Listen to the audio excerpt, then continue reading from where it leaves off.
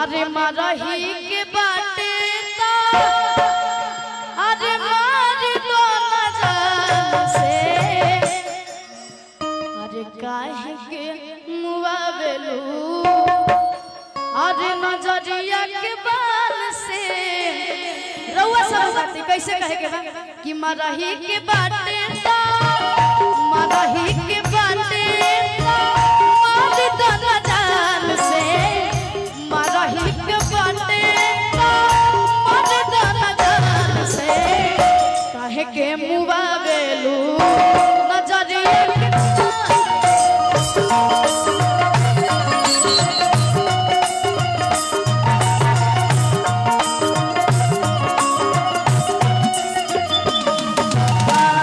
मरही के बाटे ता मरही के बाटे ता मार दो नजर से मरही के बाटे ता मार दो नजर से रउरा तरफ से इंकरा खाती का कहे के बा कि काहे के मुआवेलू नजरिया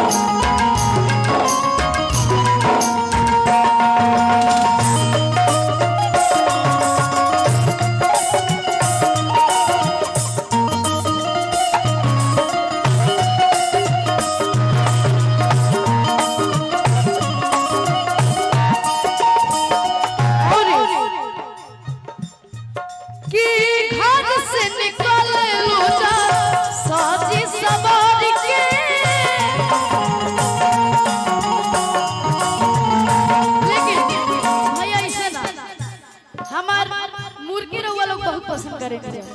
का लेकिन हम दिखाई उससे पहले तनी एक बार रउआ दिखा दी ओकरा बाद हम करब कहे कि हमनी के यहां कहल जाला कि लेडीज फर्स्ट हां जी तो पहले के रखी करा दी तनी ओकरा बाद हम करब अब बढ़िया लगे तो एक बार हल्ला कर देम जब से पहले ही अपन मुर्गी दिखाओ कैसे घर से निकले लो जा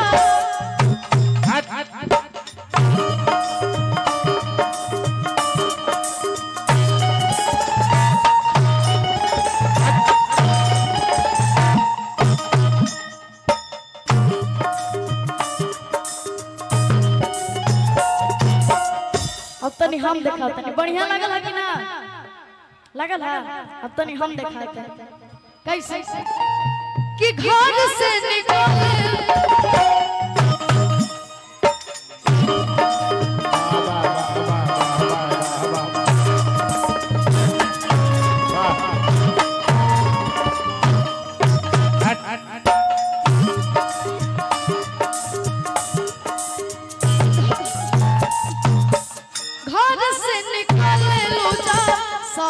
सवार के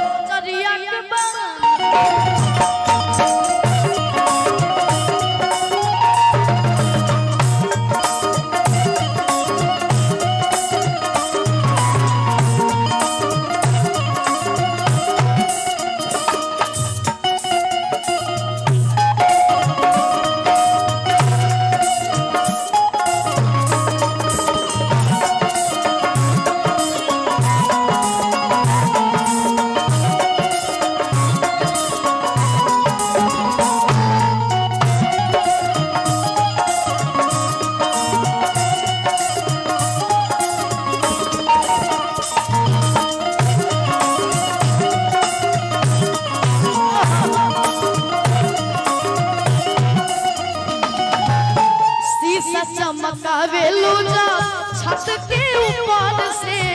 शीशा चमकावे लूला छत के ऊपर से प्यार जब करे के बात बहरी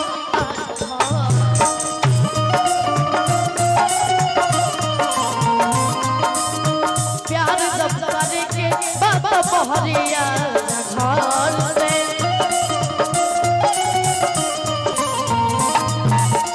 शीशा चमकावे लूला छत के ऊपर से शीशा चमकावे लूला छत के ऊपर से प्यार जब करे के बात बहरिया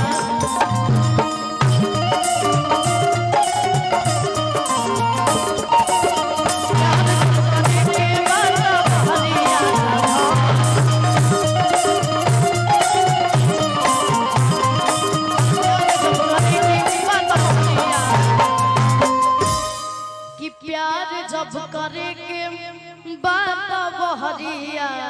घर से